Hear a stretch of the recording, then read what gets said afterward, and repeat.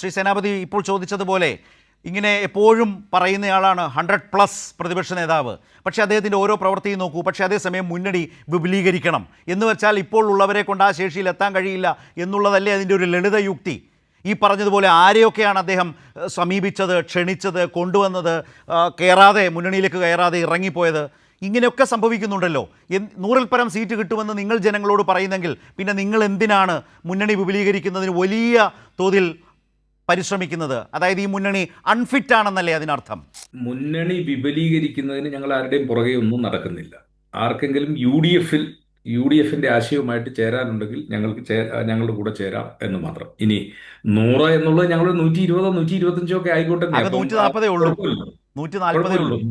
അല്ല, 100 എന്നുള്ളത് വേണ്ടെന്ന് വരും. 120 വരെ ആയിക്കോട്ടെ. ആ 120 ആകുന്നതിന് വേണ്ടി ഞങ്ങൾക്ക് കൂടുതൽ ആളുകളെ ശ്രീ സേനാപതി, 2001 AK ആന്റണി ജയിച്ച് അധികാരത്തിൽ വരുമ്പോൾ കോൺഗ്രസിന് എത്ര MLA മാർ?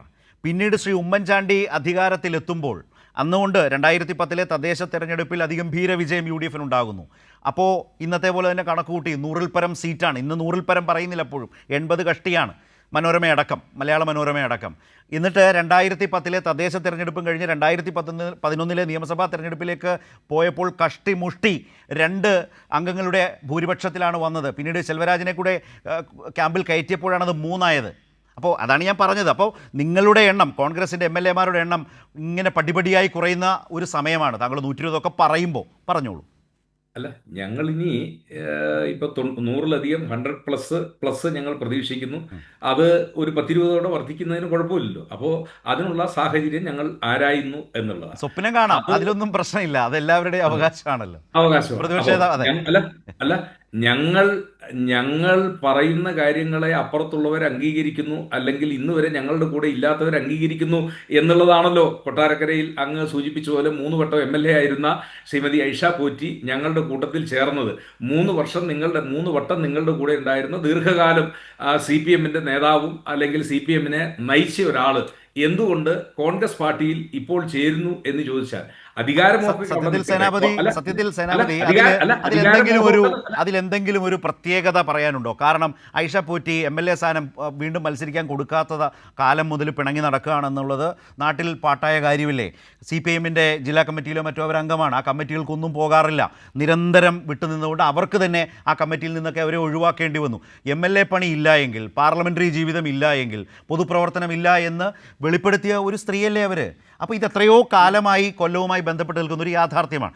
അത് നിങ്ങൾ പറയുന്ന പോലെ ഒരു 100+ന്റെ ഏത് തരം കോൺട്രിബ്യൂഷനാണ്? ഞാൻ ചോദിക്കുന്നത്, ഇനി അധികാരത്തിന്റെ ഒരു ആഗ്രഹം കൊണ്ടോ ഇല്ല അങ്ങ് സൂചിപ്പിച്ച പോലെ ആർത്തി എന്ന പദം കൊണ്ടോ ആണെങ്കിൽ ഞാൻ ചോദിക്കുന്നു, ഞങ്ങൾ ജയിക്കും എന്ന് ഉറപ്പുള്ളത് കൊണ്ടും ഞങ്ങൾ ജയിക്കാൻ പോകുന്നവരാണ് എന്ന് ബോധ്യമുള്ളതുവരും കൊണ്ടാണല്ലോ ഞങ്ങളോടൊപ്പം വന്നിരിക്കുന്നത്. ഏതായാലും അപ്പുറത്ത് സീറ്റ് കിട്ടില്ല, എനിക്ക് മത്സരിച്ചേ പറ്റൂ, എനിക്ക് വീണ്ടും MLA ആകണം എന്ന് പറയുന്ന തരത്തിൽ മത്സര രംഗത്തേക്ക് വരണം എന്നൊരാൾ അദമ്യമായി ആഗ്രഹിക്കുന്നു. അപ്പുറത്ത് സീറ്റ് കിട്ടില്ല എന്ന് ഉറപ്പാകുന്നു. മാത്രമല്ല പാർട്ടിയുമായി രാഷ്ട്രീയ പ്രവർത്തനത്തിൽ ഏറെ അകന്നു നിൽക്കുന്നു എത്രയോ കാലമായി.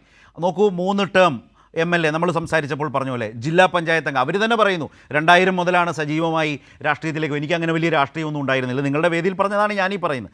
എന്നിട്ടും ആ പാർട്ടി CPIM അവരെ പാർലമെൻ്ററി രംഗത്തേക്ക് കൊണ്ടുവന്നു. അപ്പോൾ 2 ടേം കഴിഞ്ഞവർ മാറി നിൽക്കണം എന്ന് പറയുമ്പോൾ അങ്ങനെ മാറി നിന്ന് എത്രയോ നേതാക്കൾ, ഇപ്പോൾ തോമസ് ഐസക് അടക്കം എത്ര പ്രധാനപ്പെട്ട ആളുകൾ മാറി നിൽക്കുന്നു, മറ്റു ഉത്തരവാദിത്തങ്ങളുമായി പോകുന്നു. അപ്പോൾ രാഷ്ട്രീയ പ്രവർത്തനത്തിൻ്റെ വിശാലാർത്ഥം മനസ്സിലാകാത്ത ഒരാളാണ് എന്നുകൂടി അതിനർത്ഥമില്ലേ? സ്വാഭാവികമാണ്, UDF-ന് നന്നായി ചേരും. അല്ല, വിശാലാർത്ഥം ആയിക്കോട്ടെ, ഇല്ലെങ്കിൽ ഏതർത്ഥത്തിലായിക്കോട്ടെ, ഏതായാലും ഞങ്ങൾ ജയിക്കും, അല്ലെങ്കിൽ ഞങ്ങളോടൊപ്പം നിന്ന് കഴിഞ്ഞാൽ ജയിക്കാൻ കഴിയുമെന്നുള്ളൊരു വിശ്വാസം കൊണ്ടാണല്ലോ ഈ 3 വട്ടം നിങ്ങളുടെ കൂട്ടത്തിൽ നിന്നയാള്. എനിക്ക് തോന്നുന്നു അതിനേക്കാൾ അപ്പുറം കൊട്ടാരക്കര ടിക്കറ്റാണ് അവരുടെ ഇപ്പോഴത്തെ ആവശ്യം. ശരി, ആയിക്കോട്ടെ. അല്ല, ഒന്ന് ശരത്തെ, നിങ്ങളുടെ രാഷ്ട്രീയം പാളുന്നുവെന്ന് നിങ്ങൾ മനസ്സിലാക്കുക. ഇതേ രീതിയിൽ 3 വട്ടം ദേവികുളത്ത് ജയിച്ചയാളാണ് S. രാജേന്ദ്രൻ. CM മണിക്കൊപ്പം KK ജയചന്ദ്രനൊപ്പം അവരെക്കാൾ സീനിയറായി. കാരണം ജയചന്ദ്രൻ 3 വട്ടം ജയിച്ചു, M മണി 2 വട്ടമേ ജയിച്ചുള്ളൂ. ഇത് 3 വട്ടം ജയിച്ചയാള് ഇപ്പൊ BJP പാളയത്തിലാണ് ചേക്കേറിയിരിക്കുന്നത്. അപ്പൊ കുഴപ്പം എവിടെയാണ്? കുഴപ്പം അത് നിങ്ങളുടെ ഉള്ളിലാണ്, അല്ലെങ്കിൽ നിങ്ങളിലാണ് എന്ന യാഥാർത്ഥ്യം നിങ്ങൾ തിരിച്ചറിയുക. ഞങ്ങൾ മുന്നണിയെ വിപുലപ്പെടുത്തും. ഞങ്ങളോടൊപ്പം ചേരാൻ ആഗ്രഹിക്കുന്ന ആളുകൾ, കോൺഗ്രസിൻ്റെ ആശയവുമായിട്ട് ചേരാൻ ആഗ്രഹിക്കുന്ന ആളുകൾ, അത് ഞങ്ങളോടൊപ്പം വന്നു കഴിഞ്ഞാൽ ഞങ്ങൾ സ്വീകരിക്കും എന്ന് വിചാരിച്ചപ്പോൾ ആരെയെങ്കിലും പുറകെ നടന്ന് ചാക്കിട്ട് പിടിക്കേണ്ട ആവശ്യമൊന്നും ഞങ്ങൾക്കില്ല. ഞങ്ങൾ ജയിക്കാൻ പോകുന്നവരാണ് എന്നുള്ള വിശ്വാസം വന്നതുകൊണ്ട് ശരി ശരി CPM നിന്നും മറ്റു പാർട്ടികളിൽ നിന്നൊക്കെ ആളുകൾ ഞങ്ങളിലേക്ക് വരുന്നു. മുന്നണി വിട്ട് തന്നെ ചിലർ പോരാൻ. ഏതായാലും ആ, ആ, ഒരു മിനിറ്റും കൂടെ എനിക്കിത് ഈ നമ്മൾ ചർച്ച ചെയ്യുന്ന കേരള കോൺഗ്രസ് മാണിയുമായി അവരിൽ നിന്ന് ആരെങ്കിലും UDF-ലേക്ക് പോരാൻ ആഗ്രഹിക്കുന്നു എന്നൊരു അവസരം, ഒരു ആഗ്രഹം അത് പുറത്ത് പ്രകടിപ്പിച്ചുകൊണ്ടാണല്ലോ ഇങ്ങനെ ഒരു ചർച്ചയിലേക്ക് പോകേണ്ടി വന്നത്. അല്ലെങ്കിൽ ഇങ്ങനെ ഒരു ചർച്ചയുടെ ആവശ്യമില്ലല്ലോ. ഇപ്പം CPI എന്ന് പറയുന്ന ഒരു പാർട്ടിയെക്കുറിച്ചോ അല്ലെങ്കിൽ ഇടതുപക്ഷത്തുള്ള വേറെ ഏതെങ്കിലും ഒരു പാർട്ടിയെക്കുറിച്ച് ഇങ്ങനെ ചർച്ചയില്ലല്ലോ. അപ്പോൾ സ്വാഭാവികമായും ആ മുന്നണിയിൽ നിന്നിട്ട് കാര്യമില്ല എന്ന് ബോധ്യമുള്ള ഒരു കക്ഷി ഞങ്ങളുമായിട്ടോ അല്ലെങ്കിൽ ഞങ്ങളുമായിട്ട് ബന്ധപ്പെട്ട ആരുമായിട്ടോ ചർച്ചകൾ നടത്തിയിട്ടുണ്ട്. ആ ചർച്ചയുടെ പരിണിത ഫലമായിട്ടാണ് ഇപ്പോൾ ഉരുത്തിരിഞ്ഞിരിക്കുന്ന ഈ രാഷ്ട്രീയ സംഭവ വികാസം.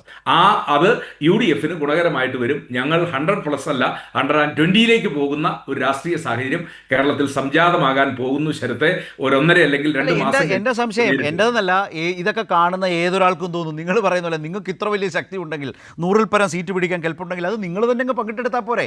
എന്നാൽ പോലും അതിനകത്ത് സീറ്റ് ആഗ്രഹിക്കുന്നവർ, ഈ രാപകൽ പണിയെടുക്കുന്നവർ, നമ്മൾ പറയാറില്ലേ വെള്ളം കോരുകയും വിറവ് വെട്ടുകയും പോസ്റ്റ് ഒട്ടിക്കുകയും ചെയ്ത മനുഷ്യർക്ക് കൊടുക്കാവുന്ന സീറ്റുകളൊക്കെ ഇങ്ങനെ വന്ന് കയറുന്നവർക്ക് കൊടുക്കേണ്ട കാര്യമുണ്ടോ? നിങ്ങൾ തന്നെ പറയുന്നു 100-ൽ പരം സീറ്റ് നിങ്ങൾക്ക് ജയിക്കാൻ കഴിയുമെങ്കിൽ പിന്നെ അങ്ങ് പങ്കിട്ടെടുത്താൽ പോരെ. ഇപ്പോൾ ജോസഫ് ഗ്രൂപ്പിനെ സൈഡാക്കി നിങ്ങൾ ജോസ് കെ മാണിയെയും ആ പാർട്ടിയും ആഗ്രഹിക്കുന്നെങ്കിൽ ഈ സീറ്റുകൾ എവിടെയാണ് സെറ്റിൽ ചെയ്യുക? LDF-ൽ നോക്കൂ, അവർ എത്ര സീറ്റിലാണ് മത്സരിക്കുന്നത്. ഇനി സാങ്കല്പികമായി നിങ്ങളുടെ അടുത്തേക്ക് വരുന്നു ആ പാർട്ടി വന്നാൽ ആ പാർട്ടിക്ക് ആ നിലയിൽ നിങ്ങൾക്ക് 100-ൽ പരം സീറ്റ് കിട്ടുമെങ്കിൽ പിന്നെ എന്തിനാണ് അവരുടെ ആവശ്യം? നിങ്ങൾക്ക് ആ സീറ്റ് കൂടി ആരുടെയൊക്കെ അവിടുന്ന് ഏതായാലും 140 സീറ്റ് വർദ്ധിക്കാൻ പോകുന്നില്ലല്ലോ. ഏതോ ഒരു പത്രം എഴുതിയതുപോലെ അവർക്ക് വേണ്ട സീറ്റ് കൊണ്ട് മലപ്പുറത്ത് കൊടുത്തിട്ട് കാര്യമില്ലല്ലോ. ഏതോ ഒരു പത്രം അതിവിചിത്രമായി അങ്ങനെ എഴുതുന്നത് കണ്ടു. അപ്പോൾ ഇങ്ങനെയൊക്കെയുള്ള ഒരുപാട് പ്രശ്നങ്ങളുണ്ടെന്നേ.